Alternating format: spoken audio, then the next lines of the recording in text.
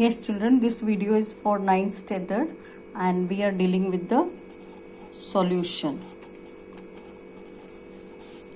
So, when we are dealing with the solutions, we must know that what is saturated and unsaturated solution. Saturated and unsaturated solution. Saturated solution is that solution in which we cannot dissolve any more of the solute at a given temperature, and this solution is called saturated solution. No more solute can be dissolved. Unsaturated solution is the solution in which more of the solute can be dissolved at a given temperature and is known as unsaturated solution.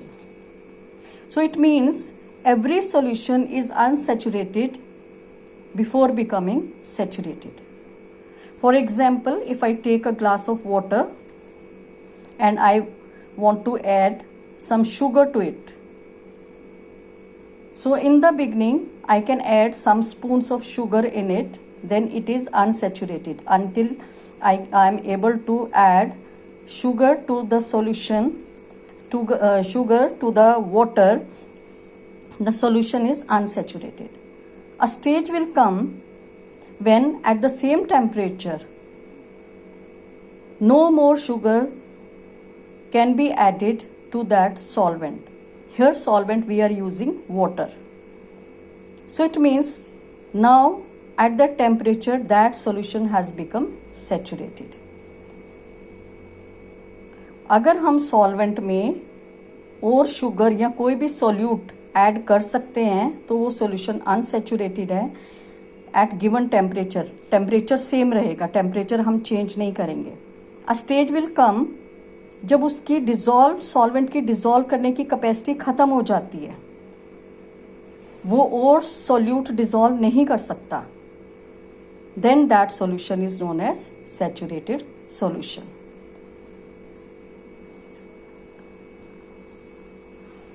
In order to prepare a saturated solution, we have to keep the temperature constant throughout. And generally, we make the saturated solution in 100 gram of distilled water. So, pure water. And we go on adding solute. And we know that solvent is the component of solution that dissolves the solute, and solute is the component that itself gets dissolved. Solvent घोलता है और solute उसमें घुलता है. Solute और solvent दोनों मिलके solution बनाते हैं. तो सॉल्यूशन क्या है? Actually solution is mixture of solute and solvent. So a solution is a homogeneous. एक solution homogeneous कब होगा? When throughout its composition is same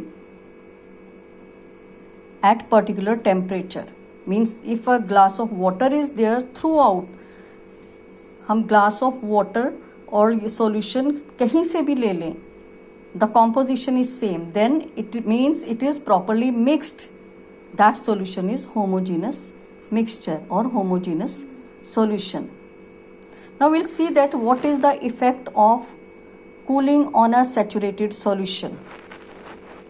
Effect of temperature, or cooling means lowering down the temperature. The solubility of solute will decrease. As the temperature will go down, the solubility of the solute to get dissolved in the solvent will decrease. Thus, if the temperature of a saturated solution is lowered, or if a solution is left open at higher temperature for long time, a part of the dissolved solute separates out in the form of crystal.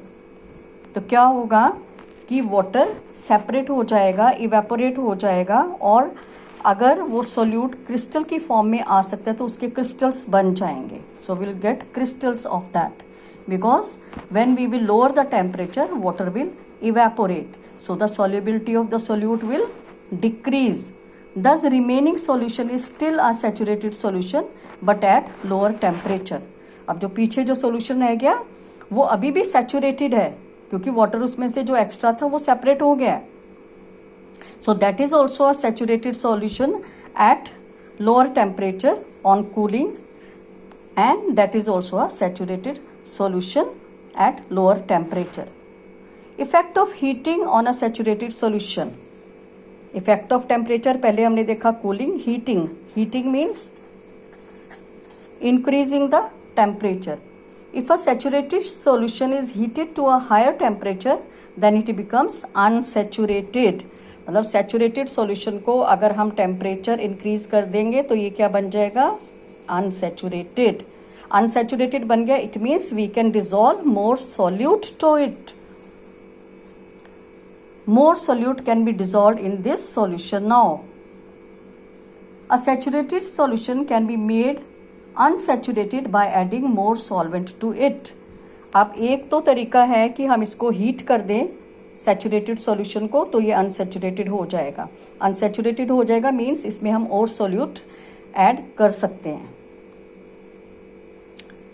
और अगर हमने इस saturated solution को unsaturated बनाना है तो हम इसमें और सॉल्वेंट डाल दें. सपोज मैंने हाफ ग्लास ऑफ वाटर लिया है, पहले उसमें मैं शुगर डालती जा रही हूँ और stage comes that when no more sugar can be added, it means now this solution has turned from unsaturated to saturated. Now again if I want to turn saturated into unsaturated, if I add more solvent and here solvent is water, इसका मतलब है अगर मैंने उसमें और water डाल दिया then I can add more sugar which is solute. Now we will see what is solubility.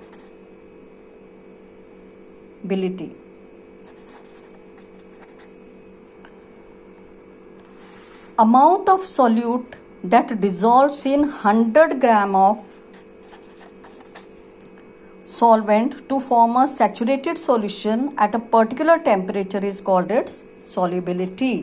तो हम solubility हर substance की solute की कैसे देखेंगे? हम amount of solvent same लेंगे.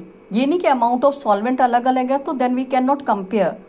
So here we will take fixed amount of solvent, that is water 100 gram, and we will see that how much a particular solute or substance dissolves in that particular 100 gram of water. तो उससे हम एक तो उनकी solubility compare भी कर सकते हैं और check भी कर सकते हैं. Different substances dissolve to different extent in the same volume of given solvent. अब अगर मैंने 100 ग्राम ऑफ वाटर लिया है तो different substances का amount जो है वो different weight जो है उसमें dissolve होगा. In other words, they have different solubility. For example, the masses of sodium chloride and potassium nitrate that dissolve in 100 gram of water at 40 degree Celsius. क्योंकि temperature और solvent का amount ये दोनों हम फिक्स रखेंगे. जिसकी भी हमने सॉल्युबिलिटी देखनी है, अमाउंट ऑफ सॉल्वेंट इतना, that is water, and temperature इतना 40 degree. Then we find out that sodium chloride जो है वो 36.5 ग्राम डिजॉल्व होता है और पोटेशियम नाइट्रेट 63 ग्राम. तो किसकी सॉल्युबिलिटी ज़्यादा है? पोटेशियम नाइट्रेट की. Obviously the solubility of potassium nitrate is greater than that of sodium chloride. The solubility of a solute in a particular solvent at a given temperature is equivalent to the maximum number of grams of the solute necessary to saturate 100 gram of that solvent at that temperature. तो इसका मतलब है, in other words, solubility क्या है? इस 100 gram of water को, और यहाँ पे हमने जो सॉल्वेंट है वो वाटर लिया है, इसको सेचुरेट करने में जितने ग्राम्स ऑफ भी सॉल्यूट किसी के डिजॉल्व होंगे एट दैट पर्टिकुलर टेम्परेचर, वो उसकी सॉल्युबिलिटी है. अगर हम 2-3 टर्म्स यूज करते हैं about the solubility of the solute. अब वो 2-3 टर्म्स क्या है? We use the Sometime we use the term insoluble. We say that this substance is insoluble in water. ठीक है, तो अब हम देखेंगे कि वो इनसॉल्युबल टर्म हम किसके लिए यूज कर रहे हैं. Okay, one term is insoluble, then another term is sparingly soluble, then we use a term soluble. We will see that what is the difference, on which base we differentiate, or we have given this name to these solutions, okay, or solute. A substance that has negligible solubility is insoluble. जो बहुत कम, ना के बराबर dissolve होता है, जैसे AgCl, it is a precipitate. So it does not dissolve in water. So here the solvent we are taking water. तो इसमें डिजोल्व नहीं, तो हम कहेंगे कि AgCl is insoluble in water. यहाँ ये इतना 0.00015 ग्राम के करीब होता है, which is negligible, ना के बराबर है. On the other hand, a substance that has more than negligible, मतलब इससे ज्यादा थोड़ा जो डिजोल्व होगा, but less than the soluble, is called the sparingly soluble. इससे ज्यादा और इससे कम. फॉर एग्जाम्पल कैल्शियम हाइड्रोक्साइड, इसका एग्जाम्पल क्या आ गया, CaOH whole twice, calcium hydroxide. So इसकी सॉल्युबिलिटी कितना है, 0.17 ग्राम. ठीक है, as it is solubility. A substance having high solubility, जो हम कहेंगे कि सॉल्युबल है, जिसकी हाई सॉल्युबिलिटी है, जस्ट लाइक सोडियम क्लोराइड. ठीक है, जो बहुत ज्यादा डिजोल्व हो जाता है तो उसको हम कहते हैं ये सॉल्युबल है. I hope now you understand the difference between these three. Now will see that what are the factors affecting solubility. वो कौन कौन सी चीजें हैं जो सॉल्युबिलिटी को इंक्रीज या डिक्रीज करती हैं. ठीक है, तो फर्स्ट है, तो सॉल्युबिलिटी को हम ये भी बोलेंगे dissolution, rate of dissolution. Rate of dissolution किस पे डिपेंड करता है, तो रेट ऑफ डिसोल्यूशन जो डिपेंड करता है, there are some factor, and the first factor is size of the solute particle. Size of solute particle, this is our daily example. आप जो क्रिस्टल्स शुगर है, मोटे मोटे क्रिस्टल्स वाली, उसको डिसॉल्व करो वाटर में, ज्यादा टाइम लगेगा. यू टेक पाउडर्ड शुगर, कम टाइम लगेगा. ठीक है ना, ये तो हम डेली यूज में, डेली रूटीन में ये एग्जांपल्स देख सकते हैं. The reason is that the smaller the size of the solute particle, that is powdered sugar, if I am taking as an example, the greater is its total surface area expose to the solvent. उसका जो area है, surface area solute का, वो solvent की तरफ ज्यादा जो है एक्सपोज्ड है. Therefore, the greater is the solubility of that solute. Second is stirring. Stirring, जब हम किसी चीज को हिलाते हैं, चाहे रॉड से, स्पून से, स्पैचुला से, जिससे मर्जी. So you see, this also you can do yourself.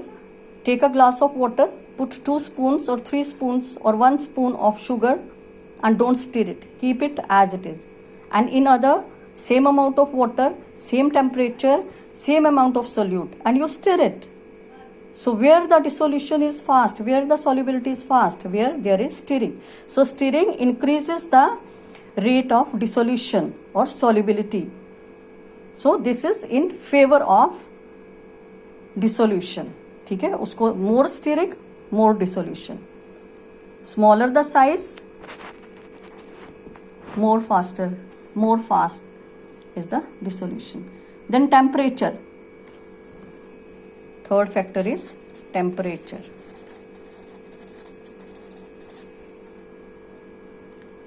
Solubility of a solid solute increases with the temperature. अगर temperature increase हो रहा है तो सॉलिड सोल्यूट की जो सॉल्युबिलिटी इंक्रीज हो रही है, मीन्स हम और डिसॉल्व कर सकते हैं. But it is reverse in case of gas. अगर हम टेम्परेचर इंक्रीज करेंगे, gases will escape, because the solubility of gases decreases with temperature. So it is different for solids and for gases. Solubility of potassium nitrate in water at 20 degree centigrade is 31.6. ये potassium nitrate की है at 20 degree. So different temperature पे different होगी. Where as it is 108 grams at 60. अब potassium nitrate की KNO3 की जो solubility है टेम्परेचर के साथ देखो कितनी इंक्रीज हो रही है. ठीक है. So all these factors affect solubility because in the process of dissolution, the particles of solute merely occupy the spaces between the particles of the solvent. तो जब ये सॉल्यूशन बन रहा है तो क्या होता है बेसिकली, हमें पता है कि कोई भी सब्सटेंस है उसमें इंटरमोलिकुलर स्पेस है. तो ये सॉल्वेंट है, सॉल्वेंट के पार्टिकल्स के बीच में जो जगह है इंटरमोलिकुलर स्पेस है, सोल्यूट ने अपने आप को वहां पे एडजस्ट करना है. ठीक है. ये जो इंटरमोलिकुलर स्पेस है यहाँ पे एडजस्ट करना है उसने, सोल्यूट ने, और उसके साथ मिक्स होके सॉल्यूशन बनाना है. तो अब ये एक फिजिकल प्रोसेस है. It's not a chemical. Formation of solution is not a chemical change. It's not a chemical process. It's a physical process. Just physically this solvent molecules are occupying और giving space to the solute. यानी कि solvent molecules या particles के बीच में जो जगह है, intermolecular space है, उसमें सोल्यूट के मॉलिक्यूल्स अपने आप को एडजस्ट कर रहे हैं and they both together form solution. So I hope you understand, and any doubt, any example you want or anything you want to discuss, you can put in the group. Thank you.